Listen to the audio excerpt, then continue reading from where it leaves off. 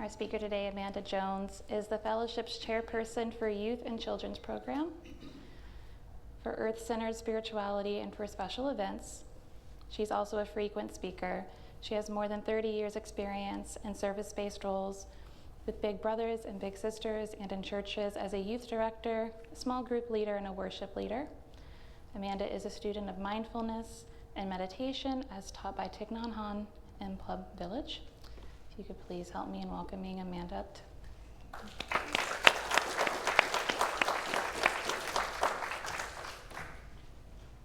Thank you so much.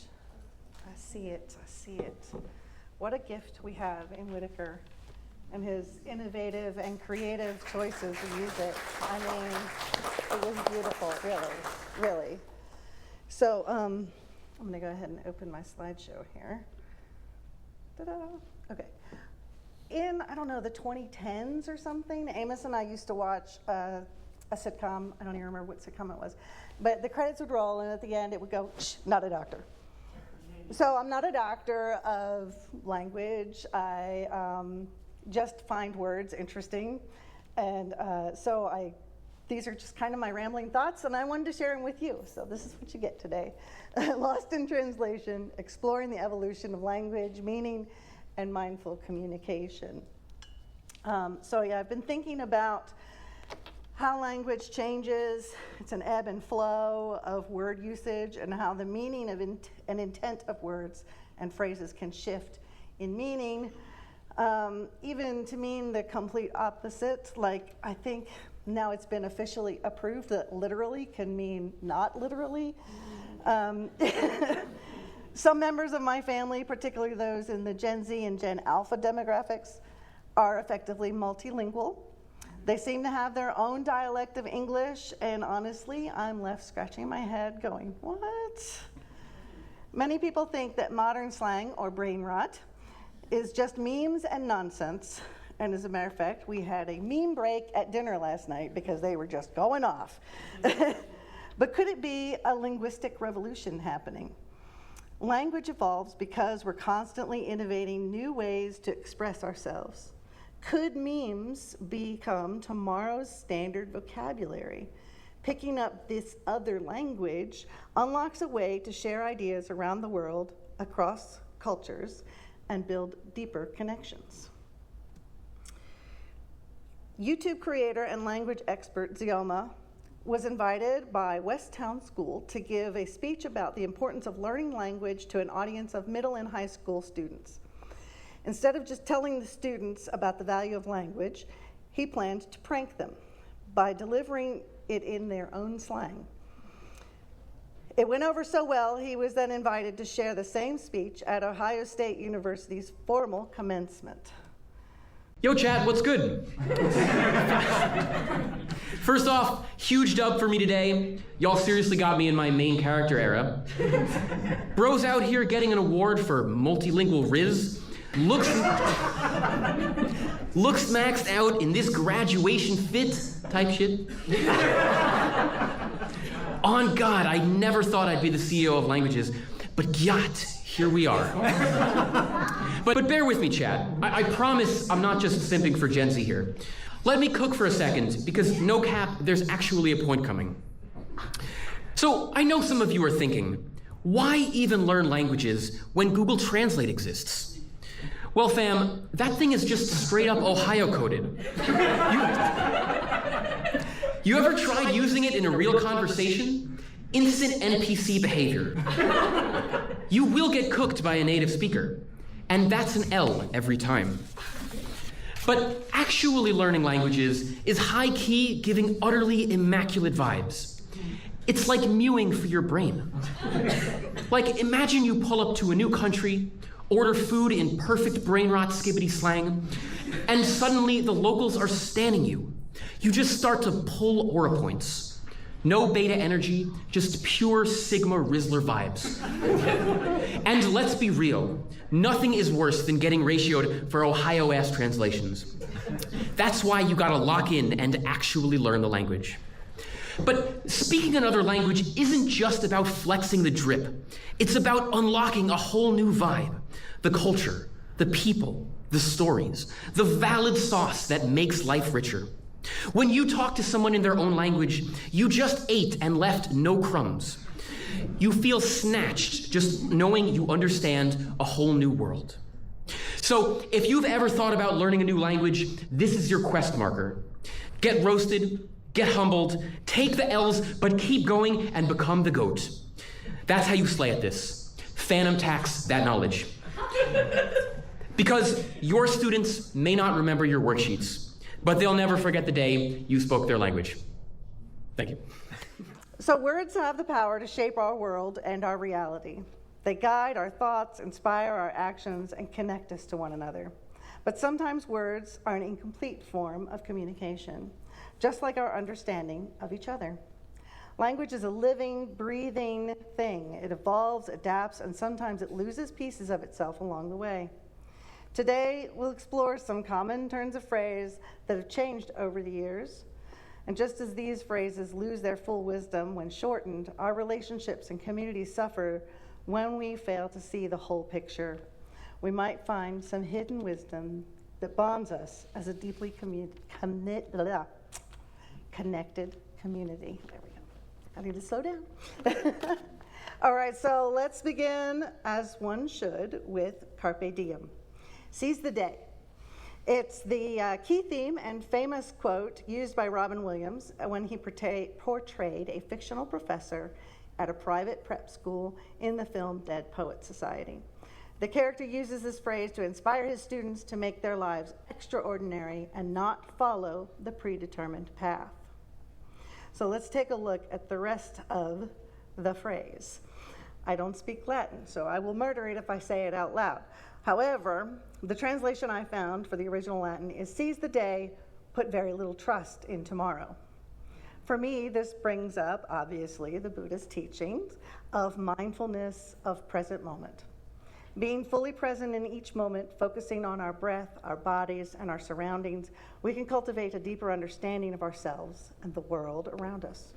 This mindfulness allows us to appreciate the beauty and wonder of everyday life, rather than being caught up in worries about the past or future. Once we recognize that everything is impermanent and of the nature to change, it helps us to let go of attachments and find peace in the now. True happiness isn't a goal, but a way of being. Cultivating awareness and mindfulness, we can find happiness in the present moment, rather than from reliving the past and setting our dreams on the future. So it's not YOLO, it's let's be mindful of the moment. So speaking of seizing the day, are there any early birds in the house today? Anybody get up really early? Yeah. And I wonder how many times you might have said to yourself, well, the early bird catches the worm. We hear this phrase as an encouragement, obviously, to act quickly and be first. But when you add to this phrase, oh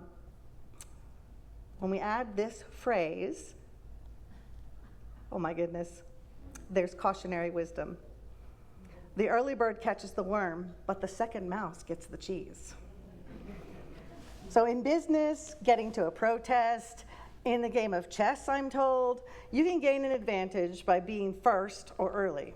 In other parts of life, the road ahead is not always clear, filled with obstacles, unforeseen twists and turns, and dead ends. Being mindful of those who have gone before us, using patience and caution, are just as valuable as speed. We've seen this in business, for instance. Google was not the first search engine, but produced a superior product by overcoming the mistakes of the previous generations. I wonder, has anyone heard of Hydrox cookies? Yes. And what about Oreos? Yeah, a lot more have heard of Oreos. So it's said that Hydrox, which was the original cream-filled sandwich cookie, had a superior flavor, in fact, but the name came across like it was some kind of household cleaner or a chemical. So they lacked strong marketing and ultimately crumbled to Oreo's superior branding and willingness to innovate. I heard a couple giggles, thank you. Moving on from birds to cats. I've heard this one since I was a child. Curiosity kills the cat. Telling me that I shouldn't ask questions. I shouldn't listen to grown-up in conversation or get out of line at all. Being quite literal, I internalized this phrase as a credible threat to my life. The phrase warns against curiosity, but the full version offers hope. Curiosity killed the cat, but satisfaction brought it back. Curiosity is not a flaw, it's a gift. It's through questioning, exploring, and seeking that we grow. Children are meant to be curious and open-minded, and so are adults. Quoting the Christian Bible, unless you become like little children, you will never get into the kingdom of heaven. Now, my hot take on this is that the kingdom of heaven is not an actual location, but a state of mind that offers a place of peace and happiness. Aren't children the most curious of humans? When our now 19-year-old was small, the doctors told us he was hyperlexic, which means he talked a lot, and he really did. He also didn't sleep. We would take road trips a lot back then, so he would constantly ask questions to his captive audience. Why can't chickens fly? Then he'd answer his own question. It's because their butts are too big and their wings are small. And on and on and on. And as you might imagine, this exhausted me and Amos. So we made up a rule of question breaks. So he would sit quietly for 2 minutes, and then it would all start again. Is this about the size of a smallmouth bass? Now, he's like 2 years old when he's doing this. Buddha tells us that to have a beginner's mind. This is the mindset of openness and curiosity, approaching situations and experiences as if for the first time. Beginner's mind, curiosity, is an energy of willingness to practice and not be afraid, and is considered a stage of enlightenment. Moving on to great minds think alike. This term could be said many times over in this fellowship. We share values that often lead to the same ideas and responses to the needs in our community and government. The rest of the phrase adds another layer that challenges us to think critically, but fools rarely differ. In Islam, there's a teaching of the holy fool who is devout yet irreverent, consistently foolish, comically inept yet clever. The stories of the holy fool use humor to critique Islamic religious and cultural norms, customs, beliefs, and institutions, and to destabilize widespread assumptions. In his shenanigans, he demonstrates how people flatter political and religious leaders, telling them exactly what they want to hear, which in turn allows him to be subversive without posing real threat to the venerated systems of authority and conditioned behaviors. While shared ideas can be a sign of wisdom, they can also be a sign of conformity. True wisdom is not just agreeing with others, it's questioning, refining, and seeking deeper understanding. We must value independent thought, knowing that true insight comes from reflection, not just agreement. Speaking of fools, let's talk about Jack. A jack of all trades and a master of none. Sounds pretty foolish. For a long time, I only heard the phrase stand alone as the jack of all trades, as in varied interests and talents. Wonderful, that sounds great. Then I heard the next part of the phrase, master of none, and thought, ouch. I mean, it's valid, but that kind of hurts. Most recently, I learned that there's even more to the phrase. Jack of all trades, master of none, though oftentimes better than master of one. So now we're back full circle. So how does that phrase translate for you guys? Any thoughts? Oh, come on. So versatility and adaptability are definitely strengths. As you use, we embrace many paths, many truths, and many ways of being. We are not limited to one doctrine or one way of understanding the world. In community, we thrive when we embrace many perspectives rather than rigid specializations. The phrase, blood is thicker than water, is often misunderstood. At first glance, it seems like the meaning is that family is the closest bond you can have. The original phrase is, blood of the covenant is thicker than the water of the womb. And this implies the exact opposite. The phrase originated during times of war with the purpose of motivating soldiers to create a brotherhood that's stronger than the one formed at birth. The phrase actually means that the blood spilled during battle, going through hard times together, connects people in a deeper way than anything else. Those who are willing to die together for their common goal and values are beyond siblings. Many of us might say that the bonds we have formed in this community and others find that our chosen community has a stronger bond than those that were formed by biology. We honor the love, trust, and connection that we have and are in the process of forming as we search for truth and meaning. On to our covenant. Our fellowship's covenant is built on our core 7 principles. Each one calls us to cooperate, share ideas, learn from one another, and dig deeper with the aspiration of a beloved and peaceful community. In honoring each person's full story, we strive to see the whole picture just as complete quotes reveal deeper truths. We grow together, learning from each other's wisdom, seeking truth and meaning by looking beyond the surface. Allowing all voices to be heard, true peace comes from understanding and connection. We are all connected, just as words and meanings are intertwined.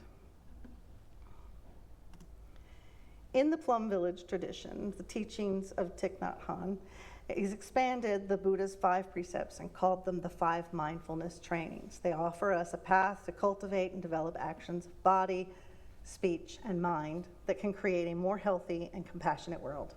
These trainings are the foundational practice for anyone and everyone who follows this tradition. The 4th is mindful speech and deep listening. I'm going to read it for you.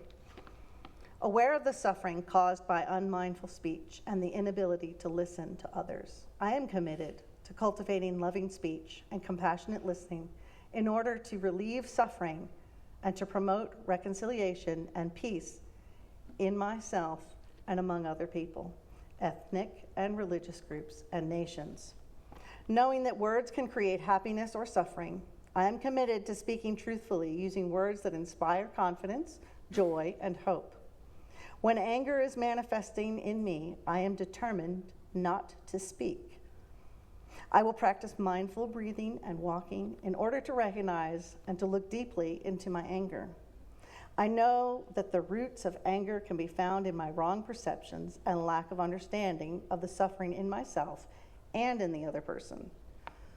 I will speak and listen in a way that can help myself and the other person to transform suffering and see the way out of difficult situations.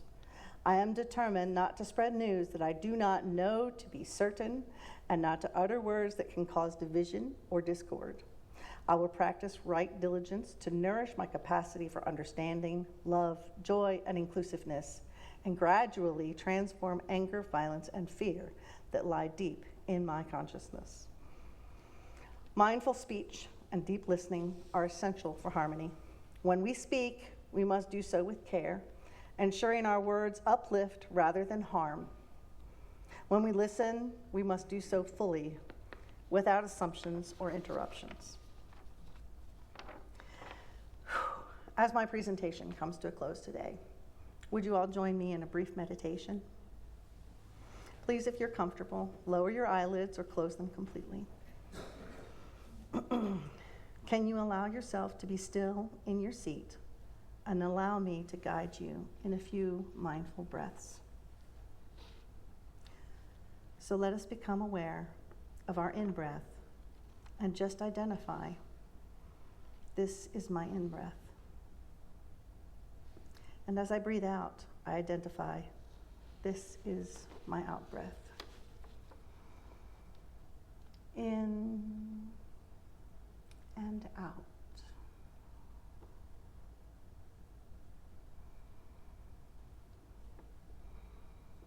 Can you feel the in-breath coming into your nostrils, filling your lungs, your abdomen, and your whole body? Breathing out, release, relax your breath.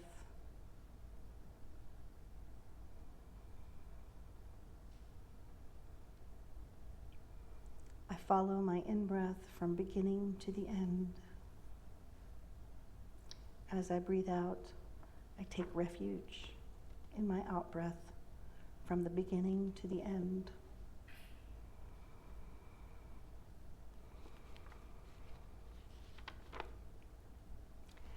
May we seek the whole truth, not just the convenient parts. May we listen deeply, speak mindfully, and build communities rooted in love. May we embrace cooperation, knowing that together we are stronger.